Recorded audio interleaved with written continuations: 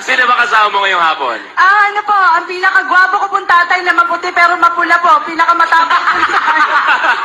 Para sinampal-sampal lang. Pinakamabait ko pong tatay, si Jimmy Disoy Bayara. Hello, Tatay Jimmy. Grabe si tatay, oh.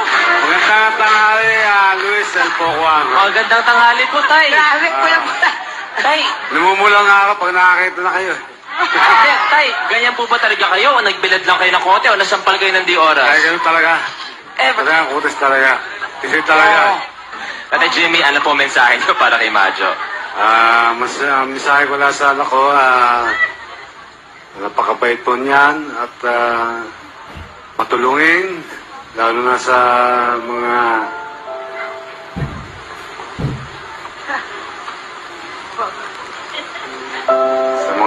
kapatid niya, sa mama niya.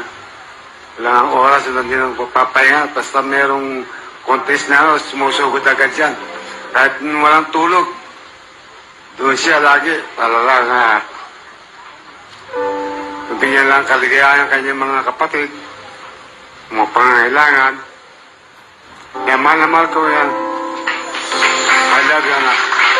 Proud na proud ako sa kanya. Salamat po, Tatay Jimmy.